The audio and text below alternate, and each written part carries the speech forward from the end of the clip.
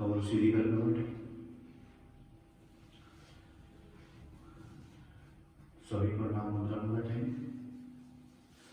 वक्रतुंड महाकाय सूर्यकोटि समप्रभे निर्विघ्नं कुरु मे देवो सर्वकार्येषु सर्वदा।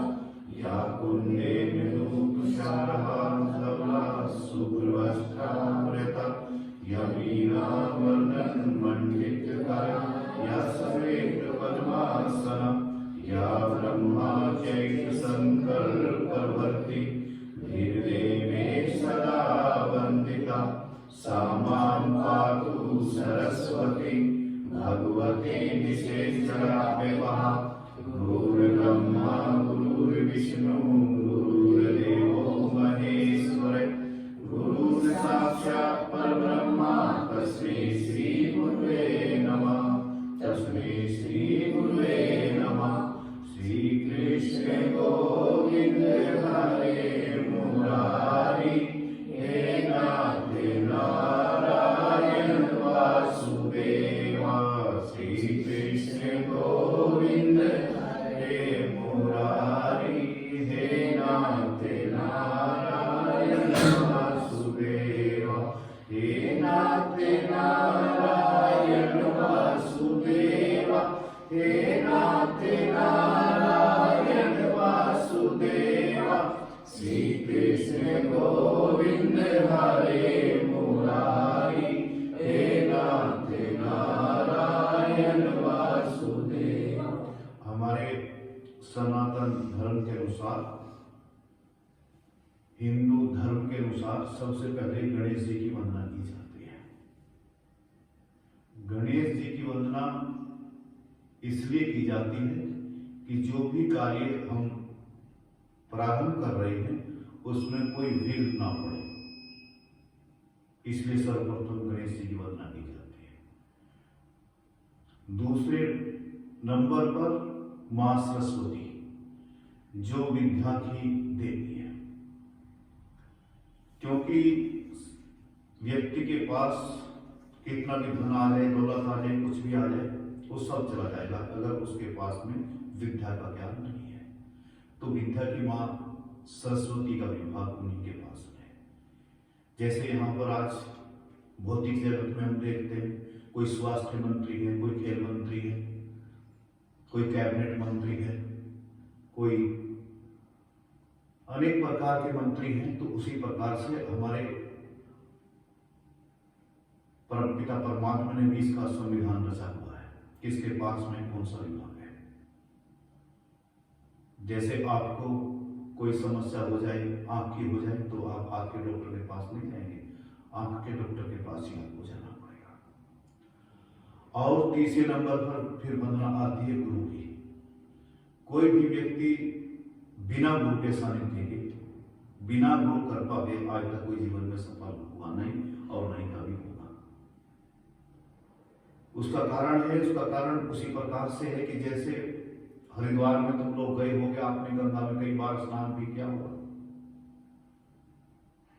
तो कई गंदे नाले ऐसे हैं कि जो हरिद्वार से पीछे गंगा जी में मिल जाते हैं, गंदे नाले। लेकिन हरिद्वार से पीछे मिलने के कारण जब उनका पानी गंगा जी में मिलकर हर की पौड़ी पर आ जाता है तो उसका लोग पूजन करते हैं, वो भी पूज जाता है।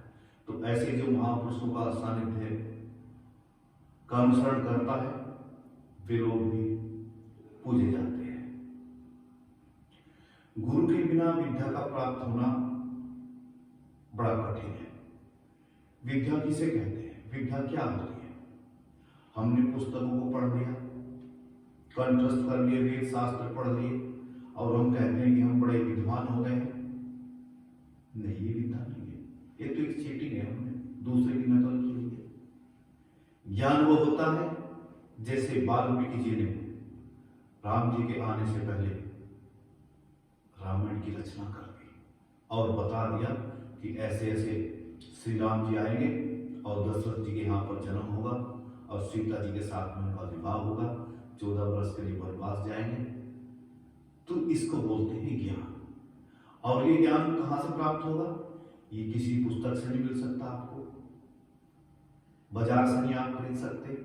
ये होगा त्याग के रास्ते सत्य। जब आप बुराई का त्याग कर देंगे, जैसे पृथ्वी है, जमीन है, तो पानी निकालने के लिए हमें नीचे से नल लगाते हैं, सबमर्सिबल लगाते हैं, तो क्या करना पड़ता है? पानी तो धरती में है, लेकिन वहां तक पहुंचने के लिए पानी के बीच में जो कंकड़ पत्थर आए हुए हैं, पृथ्वी जो पानी की पृथ्वी के नीचे है, उसके ऊपर जो कंकड़ पत्थर है, उनको हमको हटाना पड़ता है। वो हम उसको बोर के द्वारा, बोरिंग के द्वारा, कटर के द्वारा उन पत्थरों को हटाते जाते हैं, मिट्टी निकालते जाते हैं, तो नीचे जाकर क्या होता है? पानी आ जाता है। तो ऐसे उस ज्ञान को प्राप्त करने के लिए हमको जैसे कंकड़ पत्थर पानी को प्राप्त करने के लिए हटाने पड़ते हैं, उसी प्रकार से अगर हम श्रेष्ठ ज्ञान को, जिसको बोलते हैं आत्मज्ञान को, अगर प्राप्त करना चाहते हैं, तो उसके लिए हमें अपने जीवन से कंकड़ पत्थर जैसे पानी के लिए हटाने पड़ेंगे। कौन से कंकड़ पत्थर हैं? काम, क्रोध, लोभ, मोह, अहंकार, ये भी वे कंकड़ पत्थर है। तो इनको अपने जीवन से हटाना पड़ेगा। रही बात ये कि व्यक्ति सोचता है कि अच्छाई क्या है, बुराई क्या है, तो तुम्हें भी पता है इस बात का, छोटा बच्चे को पता है कि बुराई का रास्ता क्या है और अच्छाई का रास्ता क्या है। जैसे आपने कोई जीवन में कोई कार्य किया और उसको कार्य करने के बाद में उसका परिणाम बहुत गलत आया, आपने महसूस भी किया। जैसे आपने कहीं भोजन किया, शादी फंक्शन में कहीं किसी पार्टी में गए और आपने लिमिट से ज्यादा लिया, तो आपको उस भोजन में नुकसान पहुंचाया। तो एक बार से आपको ज्ञान हो जाना चाहिए कि मैंने गलती की थी, तो मुझे कितनी हानि हुई, तो उस गलती को जीवन में दोबारा मत दोहराओ।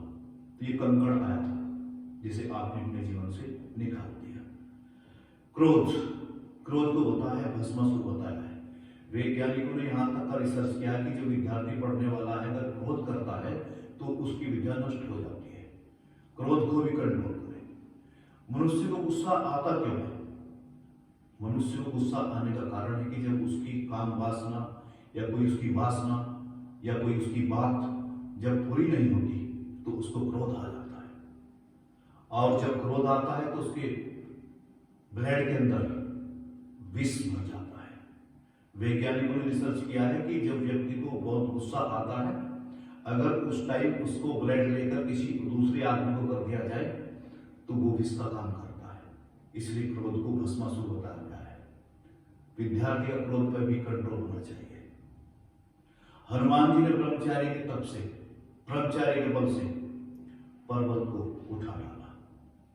तो विद्यार्थी को बताया कि विद्यार्थी जब विद्या के क्षेत्र में आगे बढ़ता है तो उसको काम वासनाओं से बहुत दूर रहना चाहिए,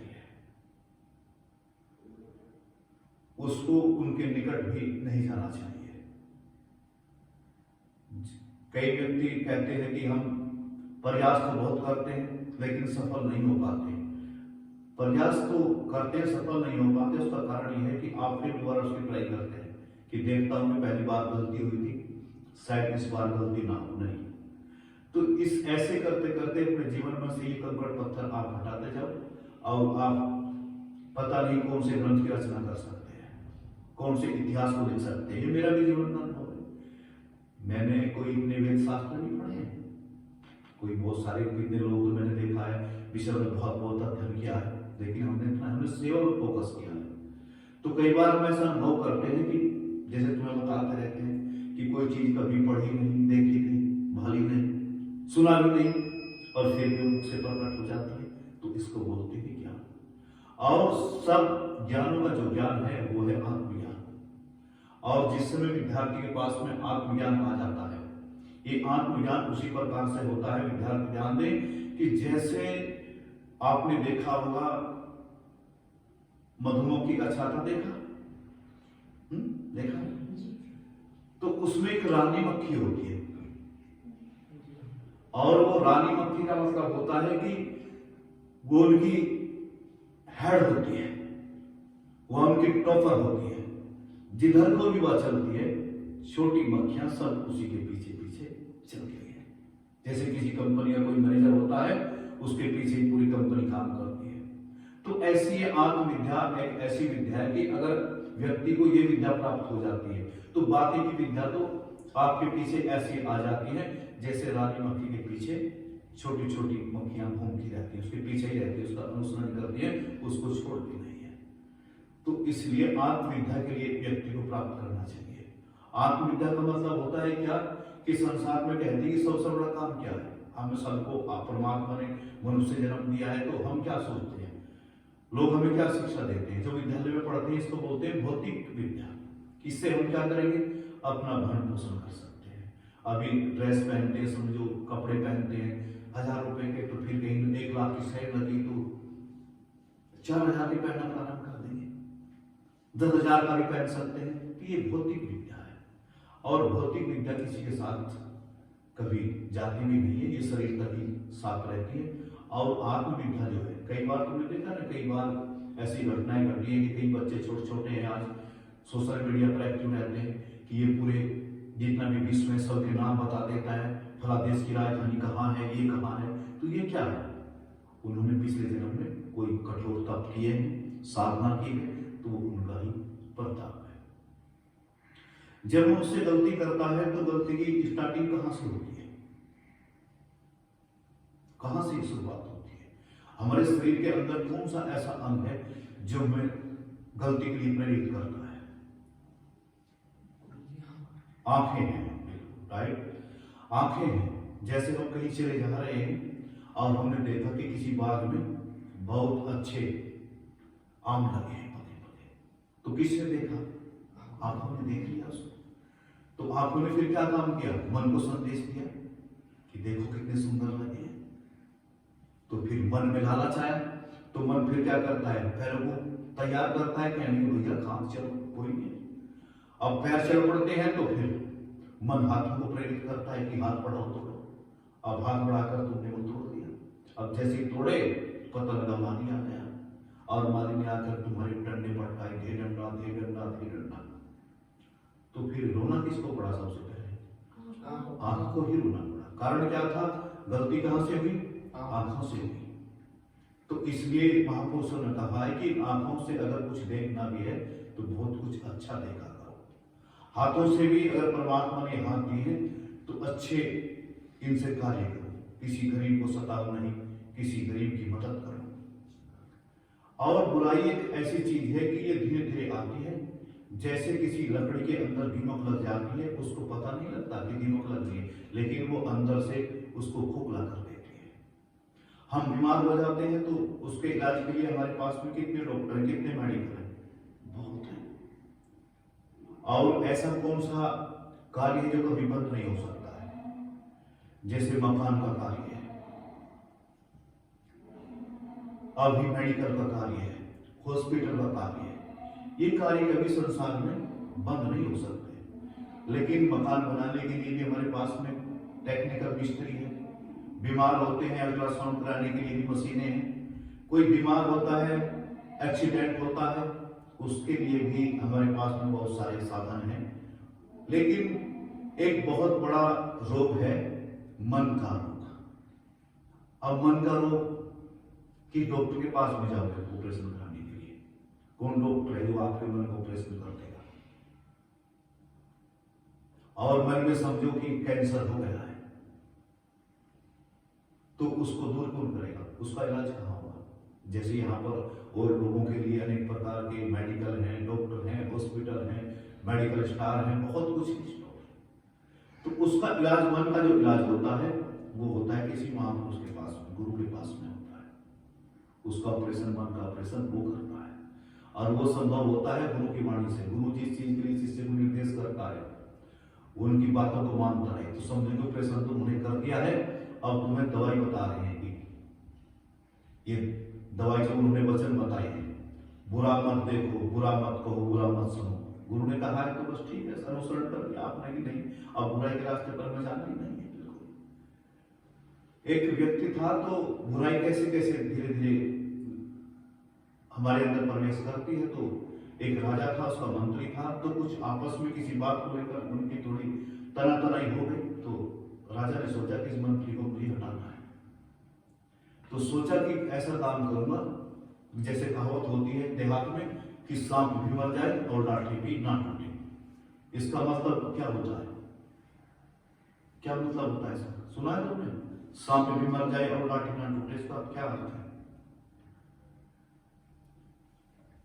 इसका मतलब है किसी को नुकसान पहुंचाए बिना कोई कार्य हमारा संपन्न हो जाए, उसका कोई हमारे पे साइड इफेक्ट भी ना हो, कोई रिएक्शन भी ना हो। तो उसमें राजा ने उसको मंत्री को सोचा कि किस तरीके से इसको अपने से दूर करो। वैसे इसको सब पता है, सारी जानकारी, अगर नाराज करके निकाला तो मेरी सारी प्रॉपर्टी खोल देगा। तो सोचने लगा कुछ युक्ति लगाई जाए। तो उसने क्या काम किया, राजा बड़ा बुद्धिमान था, तो उसने एक शहर के पास में उसका खेत था, तो उसमें उसने 4 कमरे बनवा दिए और उनकी बाउंड्री करवा दिया। सुंदर था उसमें, पेड़ पौधे खूब सुंदर। और उस मंत्री को कहा कि राजा ने कि मंत्री साहब, जिसको अपने से दूर करना था, कि अभी आपको कुछ समय के लिए हमारी इधर जो ये हमने नया मकान बनाए, इनमें रहना है आपको 1 महीने, बस एकांत में आप मन की भजन साधना करो। सुबह एकांत भी कई बार बहुत खतरनाक हो जाता है। हम किसी के साथ में एकांत का सेवन करते हैं, घर में कोई लड़की है, कोई भी है किसी प्रकार का, तो एकांत व्यक्ति को भजन साधना वाला तो करना चाहिए उसको। एकांत के बिना उसके जीवन में उन्नति नहीं होगी, क्योंकि ध्यान भी करेगा तो एकांत में होगा। लेकिन एकांत कई बार घातक भी साबित हो जाता है। ऐसी बहुत सी घटनाएं हैं, आप उनको देख सकते हैं कि एकांत में क्या क्या दुर्घटनाएं घट रही है। तो वहां पर मंत्री रहने लगा। जैसे वो मंत्री वहां पर रहने लगा तो राजा ने क्या व्यवस्था कराई थी, 4 कमरे थे। एक कमरे में उसने विस्की, वाइन, ड्रिंक, शराब एक कमरे में टेबल पर भी सजवा दिया। दूसरे में अभी नॉन वेज यानी कि मीट वगैरह की व्यवस्था कराई दूसरे कमरे में, जिसको बोलते हैं कबाब। और तीसरे कमरे में सुंदर लड़की की व्यवस्था की गई जो यादव को देखकर ला दे।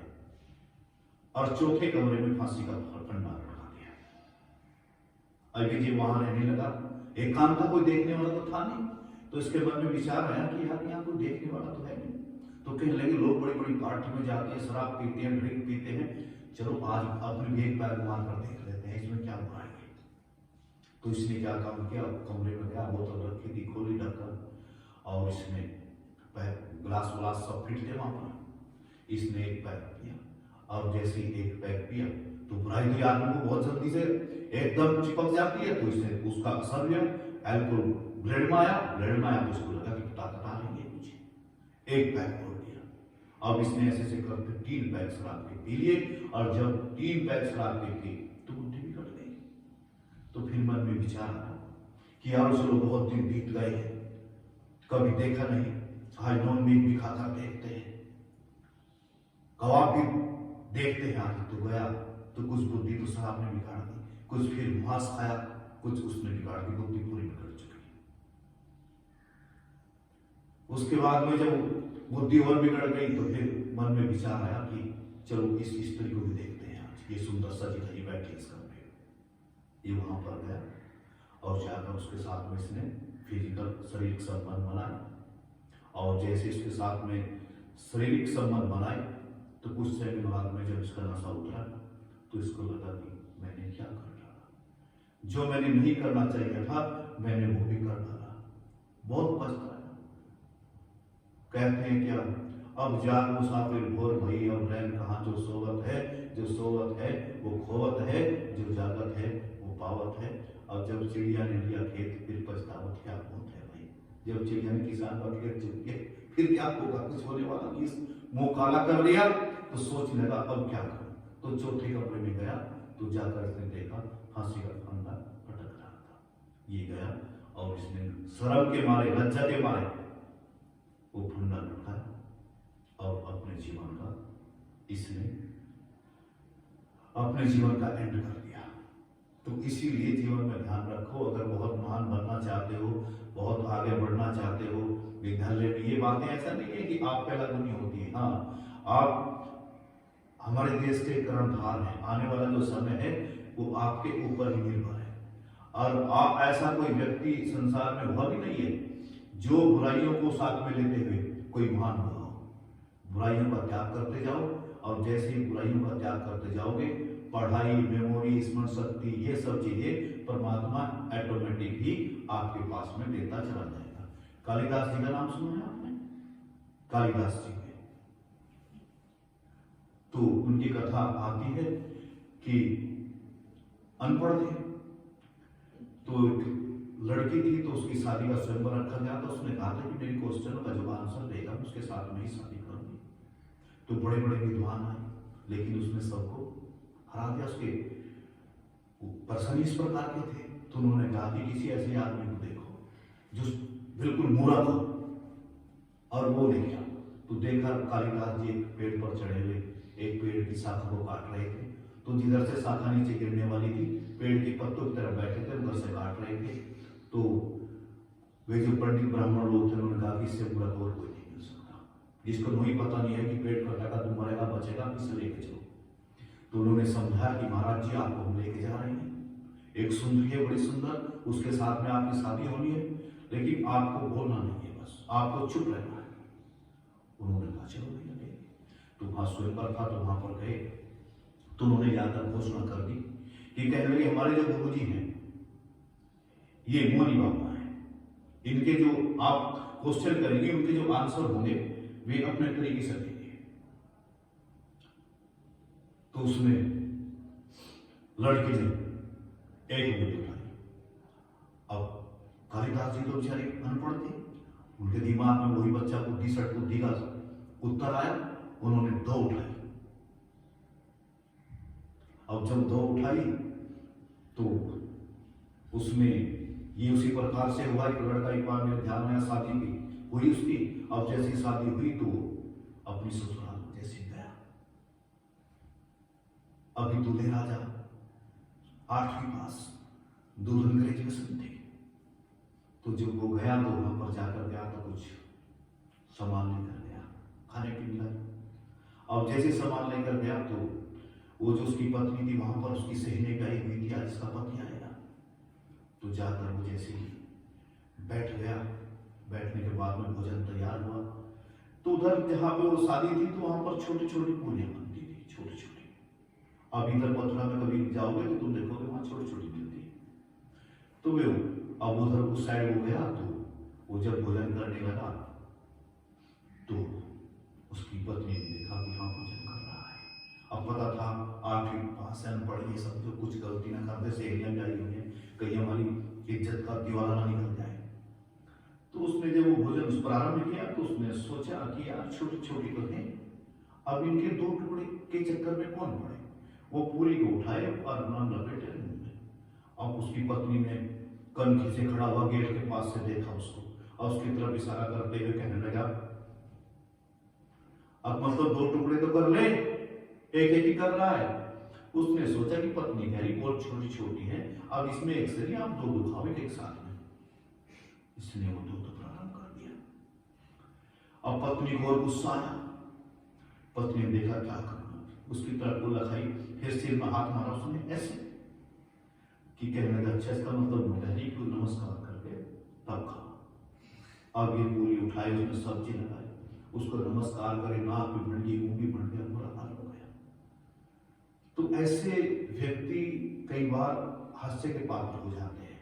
तो क्या बता रहा था मैं, टॉपिक क्या था? कालिदास जी।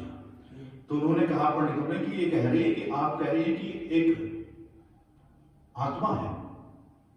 उस लड़की ने कहा जी हाँ। या कहने लगे हमारे गुरु जी कह रहे हैं कि नहीं, एक आत्मा के साथ में जीवात्मा भी है, 2 है। तालियां बज गई, कहने लगे भाई वाह क्या गजब का उत्तर दिया महाराज जी। ऐसे करते करते और भी बहुत सारे क्वेश्चन हुए। तो बात ये हुई कि कुल मिलाकर की मामला सेट पिट हो गया और कालिदास जी के गले में माला डलवा दी गई। अब वो जब लेकर उसको ब्याह कर लेकर घर पर आए तो अभी तो शरीर पड़ते कुछ भी पता नहीं था, वो कुछ बोल रहे बता रहे कुछ नहीं।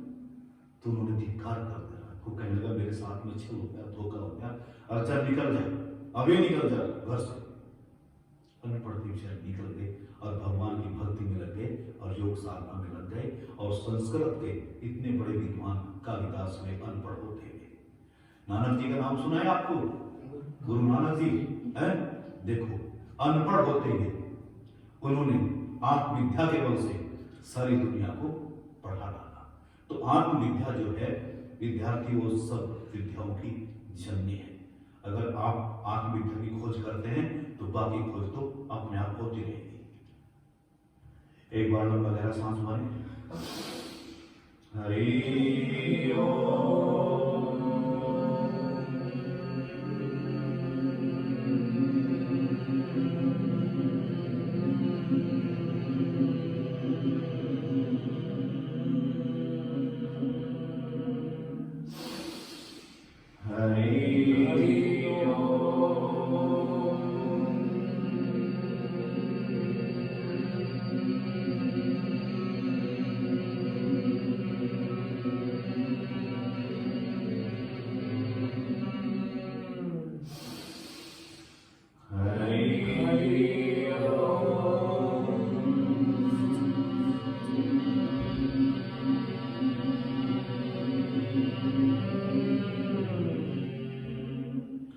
सुबह प्रातःकाल एक तो अपना नियम पक्का कर लो उठने का, भाई मेरे को इस टाइम उठना है। कभी शरीर कष्ट है, कोई समस्या है तो वो बात अलग से है। एक जो विद्यार्थी नियम में बंध कार्य करता है, भगवान श्री कृष्ण जी ने गीता के 6वें अध्याय में योग का वर्णन करते हुए बताया कि हे अर्जुन, योग किसको प्राप्त होगा। तो भगवान श्री कृष्ण जी ने कहा है कि अर्जुन, योग उस व्यक्ति को प्राप्त होता है जो अपने कार्यों को यथासमय करता है। और भगवान ने कहा कि जो योग की सिद्धि प्राप्त करना चाहता है, जैसे बाबा रामदेव ने योग को सिद्ध कर लिया है, तो कहने लगा कि योग को सिद्ध कर लेता है उसके लिए संसार में कुछ भी असाध्य नहीं रह जाता है, उसके लिए सब साध्य हो जाता है, वो सब कुछ प्राप्त कर सकता है। तो भगवान ने कहा है कि योग प्राप्ति के लिए आपको अपनी दिनचर्या को फिक्स करना होगा। सुबह 5 बजे उठना है तो 5 बजे उठ जाओ। मन बड़ा भयंकर मनुष्य को अपराधी बनाता है। कहा है मन के मथे न चालिए, मन के मथे अनेक, भव सागर में जाए गिराए, बदली लगे न टेक। तो मन का आप मन के गुलाम नहीं बनिए, मन को अपना गुलाम बनाइए। जैसे तुम्हारे पास में घोड़ा है, अगर घोड़े की लगाम आपके हाथ में नहीं होगी तो आप संभल कर बैठ भी नहीं सकते और यात्रा भी नहीं कर सकते, क्योंकि बिना लगाम का घोड़ा कहीं भी आपको पटक कर मार सकता है, तो इसलिए इसको लगाम लगाई जाती है।